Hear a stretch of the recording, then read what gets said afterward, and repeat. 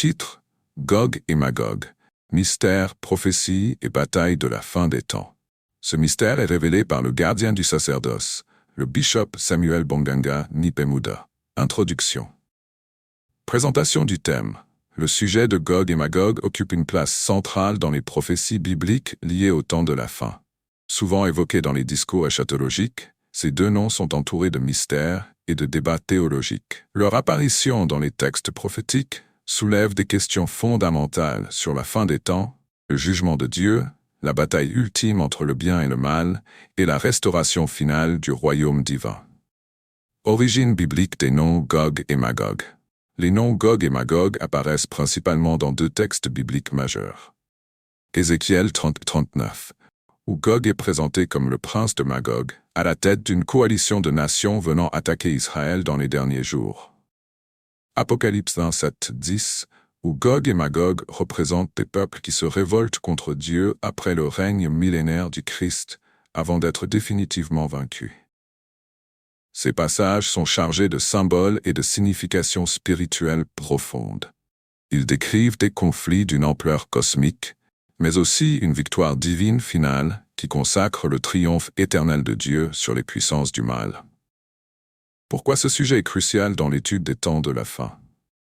Dans une époque marquée par des bouleversements spirituels, politiques et géopolitiques, la prophétie de Gog et Magog offre une grille de lecture puissante pour comprendre les événements mondiaux.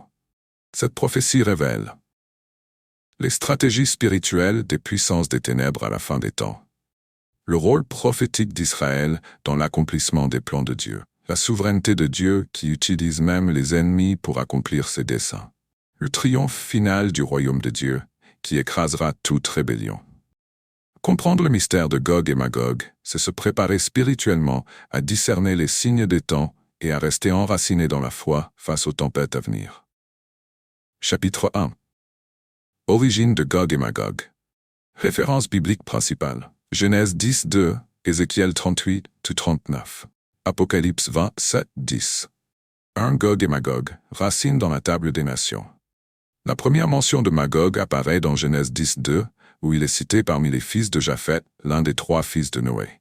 Les fils de Japhet furent Gomer, Magog, Madai, Javan, Tubal, Méchec et Tiras. Genèse 10. Dans ce contexte, Magog n'est pas une figure prophétique, mais un peuple ou territoire issu de la lignée de Japhet. Cette généalogie place Magog dans la région du nord-est du Proche-Orient, au-delà des frontières connues d'Israël à l'époque. 2. Gog et Magog dans Ézéchiel 38-39, une lecture prophétique. Des siècles plus tard, dans les chapitres 38 et 39 d'Ézéchiel, Gog devient le prince de Magog, d'un peuple situé dans le pays du Nord. Ici, Magog est un territoire et Gog en est le dirigeant militaire et spirituel. Fils de l'homme, tourne ta face vers Gog, au pays de Magog, le prince de Roche, de Méchec et de Tubal. Ézéchiel 38-2. Gog n'est pas un descendant de Japhet, mais une figure prophétique, militaire et antidivine, destinée à être utilisée par Dieu dans un dessein de jugement. Ce passage prophétique annonce une coalition de nations venues du Nord qui attaquera Israël dans les derniers jours. Pourtant, c'est Dieu lui-même qui attirera Gog à la bataille pour manifester sa gloire aux yeux des nations. 3. Apocalypse 20. Une résurgence symbolique. Dans Apocalypse 27-10, après le règne millénaire du Christ, Gog et Magog réapparaissent comme les nations symboliques réunies par Satan pour un ultime soulèvement contre Dieu. Et quand les 1000 ans seront accomplis, Satan sera relâché de sa prison, et il sortira pour séduire les nations qui sont aux quatre coins de la terre, Gog et Magog. Apocalypse 27-8. Ici, Gog et Magog ne désignent plus un roi et un territoire, mais toutes les puissances du mal opposées à Dieu, dispersées à travers le monde. Le texte les présente comme l'incarnation de l'opposition ultime au règne divin, destinée à être définitivement détruite. 4. Distinction entre peuples historiques et figures prophétiques. Il est essentiel de distinguer Magog dans Genèse, un peuple historique, issu de Japhet. Gog dans Ézéchiel, un chef militaire prophétique, symbolisant une coalition contre Israël. Gog et Magog dans Apocalypse, des nations spirituellement rebelles, symbole du mal universel à la fin des temps. Ces trois perspectives montrent une évolution de sens. Époque Magog-Gog Genèse, Peuple descendant de Japheth, inexistant Ézéchiel. Territoire dirigé par Gog, chef de guerre, figure prophétique, Apocalypse, symbole des nations rebelles, symbole d'ennemis eschatologiques. La compréhension de Gog et Magog nécessite une lecture multidimensionnelle, historique, prophétique et eschatologique. Leur présence à travers les âges bibliques illustre le cycle des rébellions humaines contre Dieu, toujours vaincues par la souveraineté divine. Chapitre 2. La prophétie d'Ézéchiel 1. Contexte historique et spirituel du livre d'Ézéchiel. Contexte historique. Ézéchiel, prêtre et prophète, fut déporté à Babylone en 587 avant Jarse avec le roi Joachim. Le livre d'Ézéchiel s'adresse aux exilés en Babylonie et annonce à la fois jugement et espérance. Il prophétise durant une période de crise entre la chute de Jérusalem, 582 avant Jarse, et les débuts de l'espérance du retour. Contexte spirituel. Ézéchiel est appelé à être une sentinelle d'Israël, transmettant la parole divine malgré la rébellion du peuple. Le livre est profondément symbolique, rempli de visions, d'actes prophétiques et de messages apocalyptiques. Il prépare le terrain pour la restauration d'Israël et la manifestation finale de la gloire de Dieu. D. Analyse d'Ézéchiel 38 et 39. Ézéchiel 38. Introduction de Gog, du pays de Magog, prince de Méchèch et de Tubal. Il est présenté comme un ennemi suscité par Dieu lui-même pour attaquer Israël dans les derniers jours. Dieu révèle qu'il utilise Gog comme un instrument de jugement pour manifester sa gloire. Israël, restauré et en sécurité, devient la cible d'une coalition de nations menée par Gog. Ézéchiel 39. Défaite prophétisée de Gog et de ses armées. Dieu intervient directement avec des catastrophes naturelles et une pluie de feu. Les cadavres seront laissés pour être enterrés pendant 7 mois, symbole de purification. La gloire de Dieu est manifestée aux yeux des nations, et Israël reconnaît que l'Éternel est son Dieu. 3. Qui est Gog, prince de Méchèch et de Tubal? Interprétation historique et spirituelle. Gog, figure énigmatique, parfois vue comme un roi réel, une entité démoniaque ou une représentation symbolique des ennemis de Dieu. Magog, Méchèch et Tubal. Identifiés dans la table des nations, Genèse 10, associés à des régions situées au nord d'Israël, souvent liées au peuple de la mer Noire ou de l'Asie mineure. Gog représente un pouvoir ennemi mondial, une coalition païenne des temps de la fin. Lecture prophétique moderne. Certains exégètes identifient Gog avec des puissances géopolitiques contemporaines, Russie, Iran, etc. Lecture controversée. Pour d'autres, Gog est un symbole des forces du mal coalisées contre le peuple de Dieu dans les derniers jours, similaire à l'Antéchrist. 4. La guerre contre Israël. Nature du conflit. Guerre spirituelle et géopolitique à grande échelle. Israël est vu comme le centre des desseins divins, et l'attaque contre Israël est une attaque contre Dieu lui-même. Intervention divine. Dieu agit directement pour défendre son peuple. Il utilise les éléments, tremblement de terre, feu, confusion entre les ennemis pour anéantir Gog. Symbolisme prophétique. Cette guerre anticipe celle d'Armageddon, Apocalypse 16, 19-19, avec des correspondances fortes entre les textes. Elle annonce le triomphe final de Dieu et l'instauration de son règne éternel. Chapitre 3. Les armes spirituelles de Dieu contre Gog. Dieu comme défenseur d'Israël. Le Dieu de l'Alliance rappelle de la promesse faite à Abraham, Isaac et Jacob, fondement spirituel de la protection divine sur Israël. Référence Genèse 12.3, Zacharie 2.8, celui qui vous touche, touche la prunelle de mon œil. L'image biblique du bouclier. Dieu est décrit comme un bouclier et une forteresse. Référence Psaume 81, Zerkak, Psaume 18.2. La jalousie divine comme feu protecteur. Dieu ne reste pas inactif face aux agressions de Gog, il se lève en justicier. Référence Ézéchiel 38, 18.3. 2. L'intervention divine dans la bataille. La main invisible de Dieu. Comme dans la mer Rouge, Dieu agit d'une manière surnaturelle contre les armées de Gog. Référence Ézéchiel 39, 3-5. Dieu brise les arcs et fait tomber les ennemis. Les éléments naturels comme instruments spirituels. La pluie torrentielle, image du déluge divin qui submerge l'ennemi. La grêle et les tremblements de terre, instruments du jugement divin. Dieu combat pour son peuple, il ne délègue pas cette guerre, mais il se manifeste lui-même. Référence Exode 14, Ézéchiel 38, 22. 3. Symbolisme spirituel du feu, de la confusion et du jugement.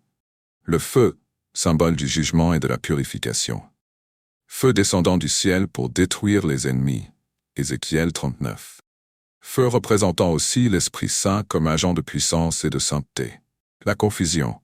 L'esprit de trouble que Dieu envoie dans les rangs ennemis, les poussant à se détruire entre eux. Rappel de la tour de Babel, la division comme arme spirituelle. Référence, Ézéchiel 38, 21, Juge 7, 22, Genèse 11, 7. Le jugement, Gog devient un exemple de jugement eschatologique. L'intervention de Dieu sert de signe aux nations de sa souveraineté. Référence, Ézéchiel 39, 21, 24. Les armes de Dieu ne sont pas charnelles, mais puissantes par l'Esprit pour renverser les forteresses. Gog représente l'orgueil des nations, et l'intervention divine souligne que la gloire revient à Dieu seul. Cette bataille annonce aussi les réalités de la fin des temps, où Dieu se lèvera pour juger les puissances rebelles. Chapitre 4. Gog et Magog dans l'Apocalypse. Apocalypse 20, après le millénium. Introduction. Un conflit eschatologique final. Gog et Magog apparaissent dans Apocalypse 20 comme les derniers ennemis que Dieu affronte avant l'établissement définitif de la Nouvelle Jérusalem. Ils ne sont plus seulement des nations terrestres, mais deviennent des symboles spirituels d'une rébellion universelle contre Dieu, orchestrée par Satan après sa libération. Apocalypse 27, 8. Quand les 1000 ans seront accomplis, Satan sera relâché de sa prison. Et il sortira pour séduire les nations qui sont aux quatre coins de la terre, Gog et Magog, afin de les rassembler pour la guerre. Le contexte millénaire, règne de paix et d'ordre divin. Avant cette bataille finale, le Christ règne pendant 1000 ans, le millénium, période symbolique ou littérale selon les interprétations, durant laquelle Satan est enchaîné. C'est une époque de restauration spirituelle où les croyants régneront avec Christ. 3. Gog et Magog, symbole de la rébellion mondiale. Dans l'Apocalypse, Gog et Magog ne désignent plus deux peuples spécifiques comme en Ézéchiel 38-39, mais représentent toutes les nations rebelles aux quatre coins de la terre. Cette désignation universelle indique un soulèvement global contre Dieu. Gog peut être perçu comme le chef de cette rébellion. Magog représente les multitudes trompées. Ils sont convoqués par Satan pour un dernier assaut contre le camp des saints et la ville bien-aimée. Apocalypse 29, c'est-à-dire le peuple de Dieu. 4. La stratégie de Satan, séduction et rassemblement des nations. Malgré les 1000 ans de paix, le cœur humain reste sujet à la corruption. Satan, relâché pour un court temps, agit comme un test final. Il séduit les nations, prouvant que la justice ne peut être imposée de l'extérieur, mais doit être enracinée dans la transformation intérieure. 5. La défaite immédiate, feu divin et jugement éternel. Le texte est clair, il n'y a pas de guerre véritable. Avant même qu'ils n'attaquent, le feu descend du ciel et les consume. Apocalypse 29. C'est une démonstration finale de la puissance divine contre toute forme de rébellion. Apocalypse 20, 10. Et le diable fut jeté dans les temps de feu et de soufre. Cela marque la fin définitive du mal. Satan, la bête et le faux prophète sont jetés dans les temps de feu. Le jugement dernier peut alors commencer. 6. Dimension spirituelle de Gog et Magog. Gog et Magog comme égrégore spirituel. Ce sont des entités collectives représentant les énergies d'opposition, d'orgueil, de rébellion et d'illusion. L'opposition à la lumière divine. Ils illustrent les dernières résistances à la lumière avant l'établissement d'un royaume pur. 7. Application prophétique et spirituelle. Ce passage nous rappelle que même après des saisons de gloire, le cœur humain a besoin d'une vigilance spirituelle constante. L'histoire spirituelle de l'humanité ne s'achève pas avec le millénium, mais avec la victoire finale de Dieu sur toute forme d'opposition. Chapitre 5. Interprétation théologique et spirituelle. 1. Point de vue juif, chrétien et islamique. A. Vision juive, Tanakh et tradition rabbinique. Dans le judaïsme, Gog et Magog apparaissent principalement dans Ézéchiel 38-39, où Gog, prince de Magog, incarne les forces coalisées contre Israël à la fin des temps. Interprétation rabbinique. Certains courants voient en Gog et Magog les nations du mal, symbole du chaos opposé à l'ordre divin. Attente messianique. Cette guerre eschatologique est souvent perçue comme précédant l'arrivée du Messie, marquant la rédemption d'Israël. B. Vision chrétienne. Dans le christianisme, la référence principale se trouve dans Apocalypse 27:10, où Gog et Magog sont relâchés par Satan après les 1000 ans de règne du Christ. Allégorie du mal ultime, ils incarnent les dernières forces de rébellion contre Dieu. Perspective eschatologique. Leur défaite marque la fin définitive du mal avant le jugement dernier. 2. Interprétation allégorique, historique et prophétique. A. Interprétation allégorique. Force du désordre. Gog et Magog représentent les puissances hostiles à la volonté divine, les systèmes humains corrompus, les idéologies impies. Combat intérieur. Certains mystiques les lisent comme des figures intérieures, les pulsions, les passions ou les ténèbres spirituelles à combattre. B. Interprétation historique. Identification géopolitique. Au fil de l'histoire, Gog et Magog ont été associés à des peuples réels, Scythes, Mongols, Huns, Russes, etc. Lecture contextuelle. Ézéchiel écrit dans un contexte post-exilique, où les tensions géopolitiques nourrissent la vision d'un conflit final. Ces interprétations prophétiques, clés de la fin des temps. Ils sont perçus comme une réalité à venir, un rassemblement militaire mondial contre le peuple de Dieu. Préparation spirituelle. Les croyants sont appelés à la vigilance, à la sainteté et à la prière pour faire face à ces temps troublés. 3. Gog et Magog comme archétype des ennemis de Dieu. Symbole universel du mal. Gog et Magog dépassent leur identité géographique pour devenir des archétypes spirituels. Le mal organisé, la rébellion contre Dieu. Figure eschatologique. Leur présence marque un cycle. Naissance, chute, restauration. Dieu triomphe toujours à la fin. Appel à la foi. En tant qu'archétype, il révèle l'existence d'un combat spirituel constant où Dieu appelle son peuple à la fidélité. Chapitre 6. Les nations de Gog et Magog dans le monde moderne. Hypothèse géographique. Russie, Chine, Iran. Depuis des siècles, exégètes et chercheurs bibliques tentent d'identifier les territoires correspondant à Gog et Magog, mentionnés dans Ézéchiel 38:39 et Apocalypse 27:9.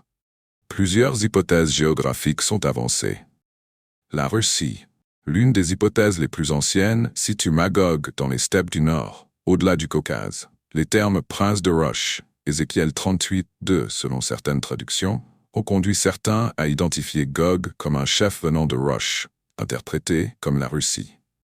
Cette théorie a été largement popularisée durant la guerre froide. La Chine.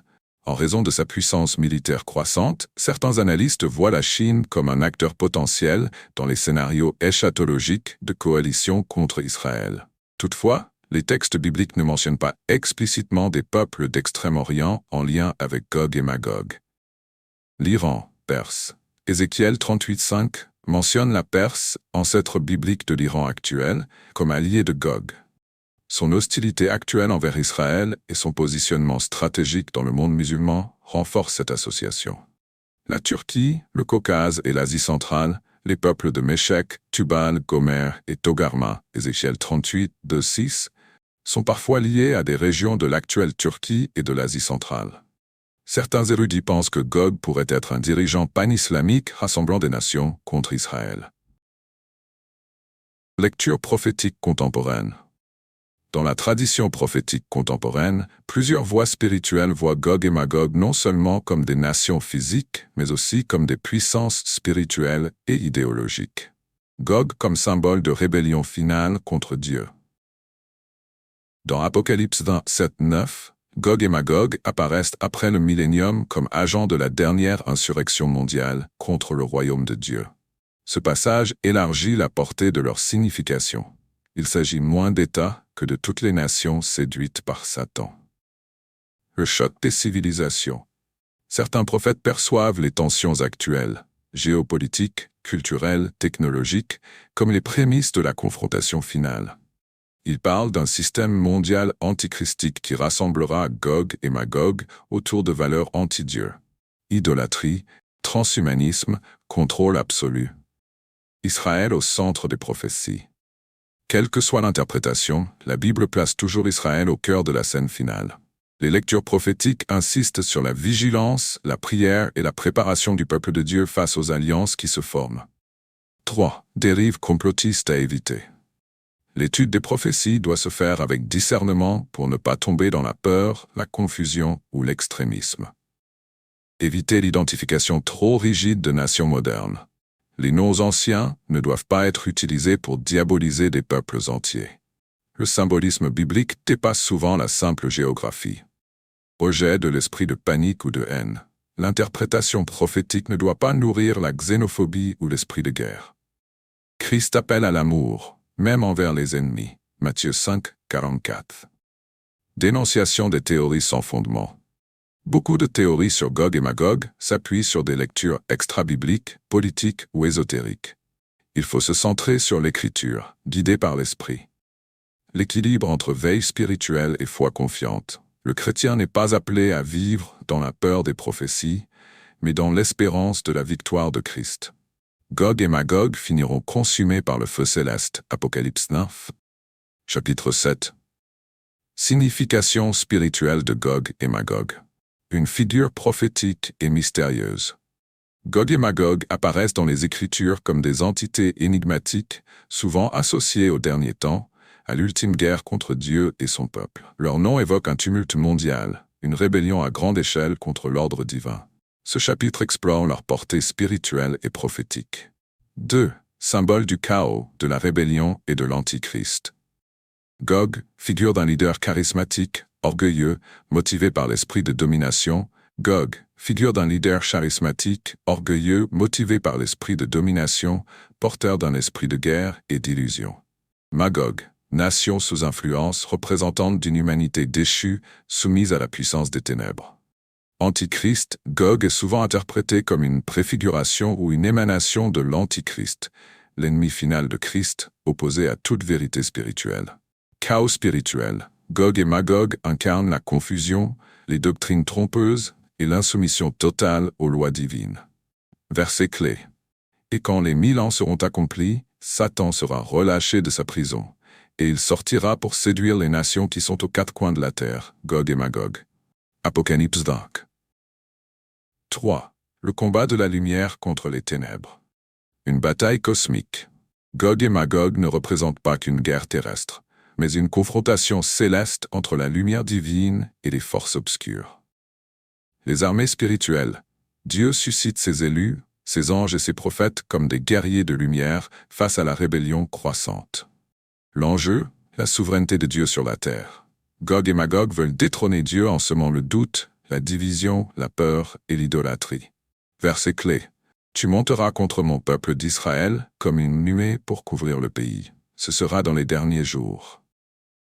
Ézéchiel 38, 4. L'ultime épreuve de la foi des saints. Le tamis final. Avant le règne éternel, les saints seront éprouvés dans leur fidélité, leur persévérance et leur obéissance. La séduction mondiale. L'esprit de Gog séduira même certains croyants par des doctrines mensongères et des signes trompeurs. Le triomphe de Dieu. Après cette épreuve, le feu de Dieu descendra du ciel et détruira les armées de Gog et Magog, affirmant ainsi la victoire de Christ. Verset clé. Mais du ciel descendit un feu de Dieu qui les dévora. Apocalypse 20, 9. Chapitre 8. Préparer l'Église à la bataille finale. L'armure spirituelle. Éphésiens 6, 10, 18. L'apôtre Paul exhorte l'Église à se tenir prête pour les combats spirituels en revêtant toute l'armure de Dieu. Cette armure n'est pas physique, mais spirituelle, et elle est essentielle pour affronter les ténèbres qui précèdent la grande bataille finale. 1. La ceinture de la vérité. La vérité est ce qui tient l'édifice spirituel ensemble. Elle représente la droiture, l'intégrité et la fidélité à la parole. Dans les temps de confusion et d'apostasie, l'Église doit être enracinée dans la vérité divine. B. La cuirasse de la justice. La justice protège le cœur du croyant. C'est une vie sainte, conforme à Dieu. L'Église ne peut se permettre des compromis. Elle doit être un témoignage vivant de la sainteté de Dieu. C. Les chaussures du zèle pour annoncer l'évangile de paix. Le peuple de Dieu doit être mobile, prêt à annoncer la bonne nouvelle. À l'approche de la fin, évangéliser devient une mission urgente. Le bouclier de la foi. Face aux attaques de l'ennemi, la foi agit comme une barrière contre les flèches enflammées du doute, de la peur et de la séduction. C'est par la foi que l'Église triomphera. Le casque du salut. La pensée renouvelée dans le salut protège contre les manipulations mentales et spirituelles du monde. Il est vital que les croyants sachent qui ils sont en Christ. F. L'épée de l'esprit, la parole de Dieu. L'unique arme offensive. La parole proclamée avec foi brise les forteresses spirituelles. L'Église doit être fondée, enseignée et exercée à manier la parole dans l'esprit. 2. La prière et la vigilance. L'arme invisible mais puissante est la prière. L'Église victorieuse est une Église qui veille et prie. A. La prière constante. Thessaloniciens 5, 17. Ce n'est pas un acte religieux, mais un style de vie. Dans les temps de guerre spirituelle, il faut que l'Église élève une voix constante vers le ciel. B. La prière en esprit. Jude 1, Romains 8, 26. L'intercession prophétique, les gémissements de l'esprit, le parler en langue sont des outils puissants pour percer les cieux et discerner les plans de Dieu. C. La vigilance prophétique. Matthieu 26, 49. La vigilance signifie discerner les signes, les mouvements de l'ennemi et ne pas s'endormir comme les vierges folles. L'Église doit être une sentinelle sur la muraille. 3. L'Église, une armée prophétique. L'Église des derniers temps est appelée à se lever comme une armée prophétique. Elle entend les stratégies divines dans les lieux célestes. Elle est dirigée par le Saint-Esprit et non par les systèmes humains. Elle marche dans l'unité, la sanctification et l'autorité. Joël 2, 1, 11 nous décrit cette armée, disciplinée, invincible, obéissante et remplie du feu de Dieu. 4. Appel à l'éveil. Réveille-toi, toi qui dors, relève-toi d'entre les morts et Christ t'éclairera. Éphésiens 5.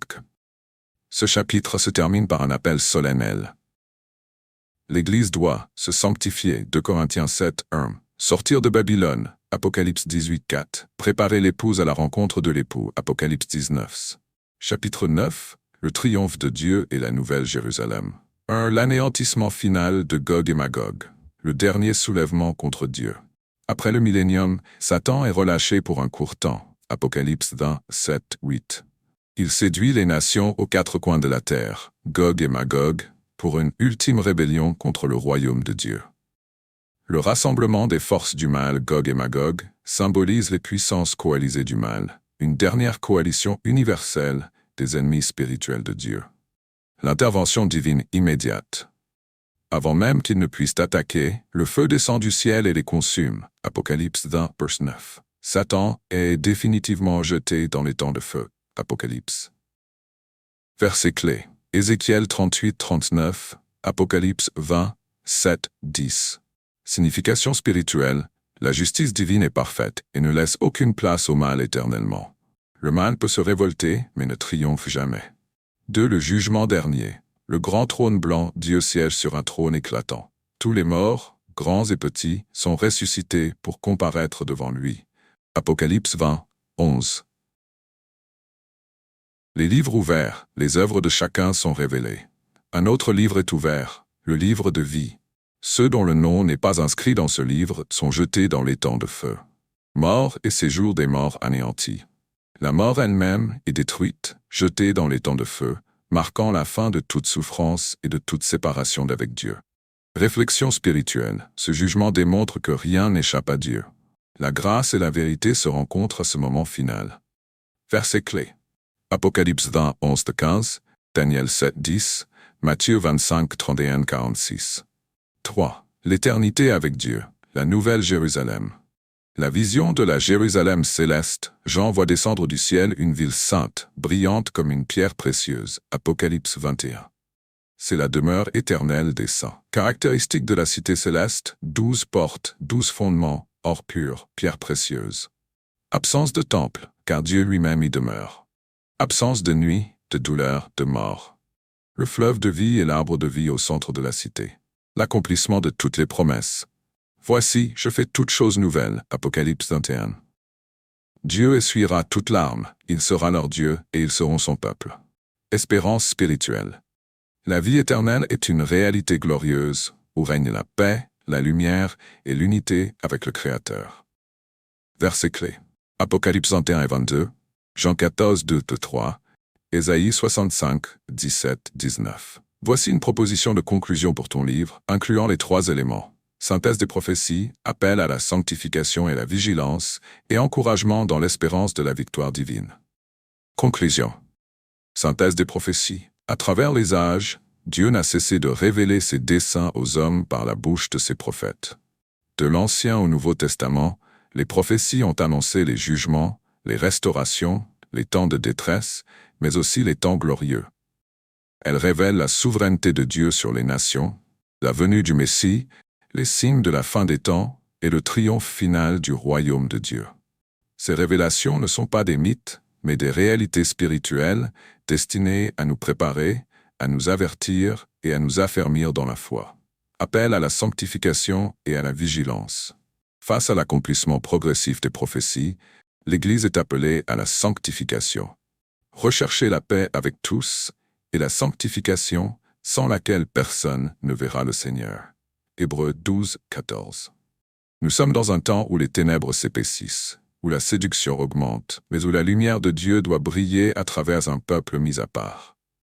Soyons vigilants, sobres, persévérants dans la prière et remplis de l'Esprit, car le voleur ne vient que pour dérober, égorger et détruire. Mais Jésus est venu pour que nous ayons la vie en abondance. Encouragement dans l'espérance de la victoire divine. Malgré les secousses du monde, les menaces spirituelles et les temps prophétiques redoutables, notre espérance demeure inébranlable. Christ a vaincu. Il est l'alpha et l'oméga, le commencement et la fin. Toutes les promesses de Dieu sont oui et amen en lui. 2 Corinthiens 1:20. La victoire n'est pas seulement future, elle est déjà présente en nous, par la foi, par l'obéissance et par la puissance du Saint-Esprit. Ne craignons rien, car celui qui est en nous est plus grand que celui qui est dans le monde. 4.